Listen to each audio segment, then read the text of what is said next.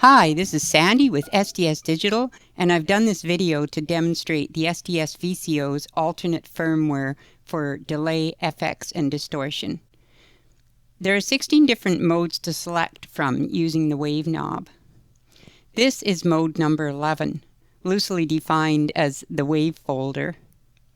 In WaveFolder, there are 4 types of wave manipulation, each that act on the positive side only. A half wave shown in blue, or on both sides a full wave shown in white. These types are selected using the release knob. The SDS VCO's LEDs show these in order by flashing when the knob is turned. First is a basic wave folder that folds at a level set by the decay knob.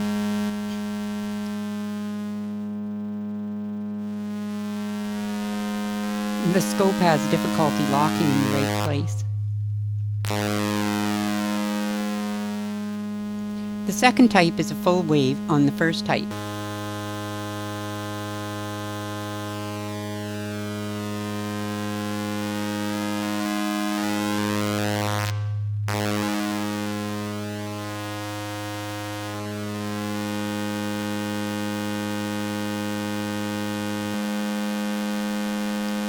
The third is a windowed wavefold. This is where the wave's voltage must be between the attack knob position and the decay knob position.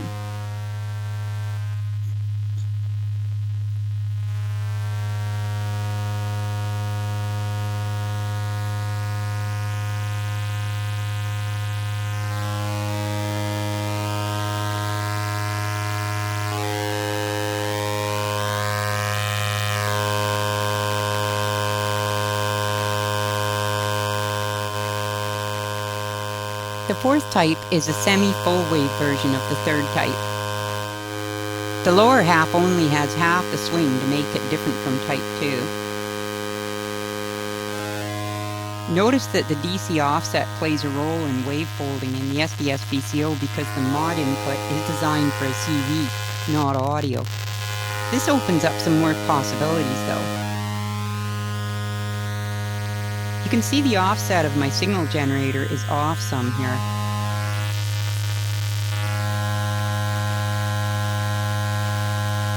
The fifth and sixth wavefolds I have named vector. A wave shape is drawn on the attack knob, then the incoming waveform calls that shape based on the amplitude at each moment. The last recording was a ramp, so the output is still a fairly sine wave looking thing. But now I'm going to draw a new one. Zeroing the attack knob, fully left, starts 4-second recording. Notice how the LEDs bar upwards for each second going by. And there's the new vectored waveform, and it's totally level dependent. Changing the sine wave's amplitude shows this. This isn't wave folding per se, but seems to belong in mode 11 anyway. As with vectors, think of the drawn wave shape as X and the incoming audio as Y. With vector type, some pretty interesting waveforms can be made. After a while I can predict how different input waveforms will sound with the way I drew that vector.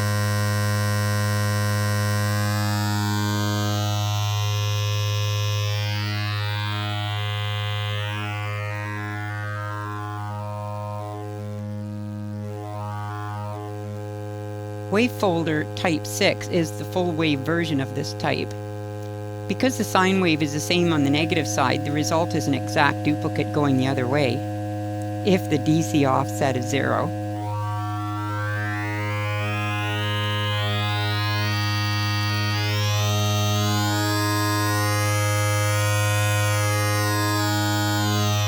The points accessed are completely amplitude dependent, as I mentioned, but can change as quickly as the waveform itself.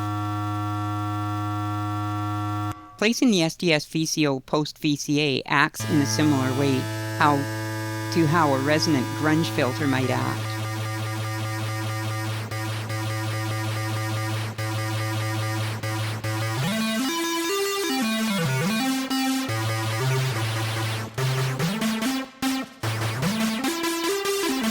Tight hand-draw waveforms like this tend to produce rough edges on the attack or release of the VCA, which is built in on this SDS VCO to the left, of course. Let's try a ramp waveform.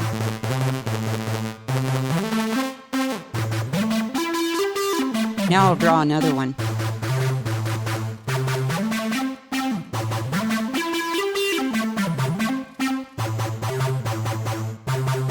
The last types, 7 and 8, are square wave insertion, is what I call it.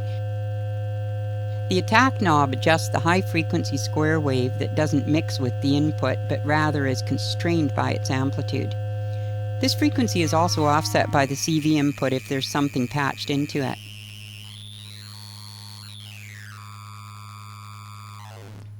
Won't need to raise the level.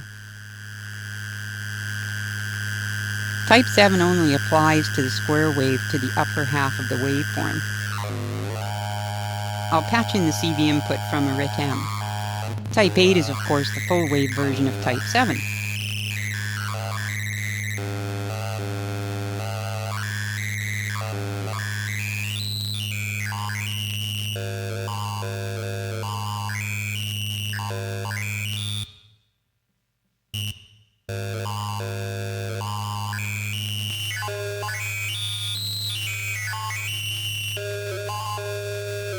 The decay knob has a grungifying effect by slowing the sample rate as it's turned up.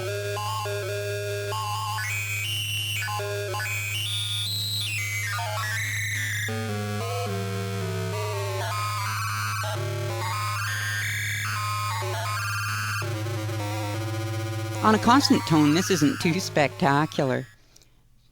This is the only type of WaveFold that works nicely with a non-modular audio input, especially percussion samples. I'll give it a try here.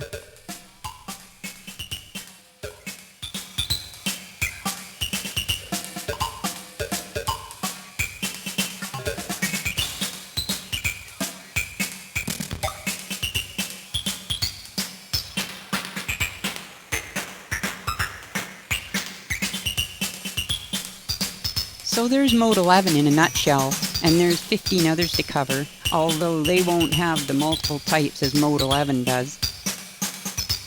I'm Sandy Sims, and I hope you have enjoyed this SDS VCO's firmware alternate video. Keep on patching!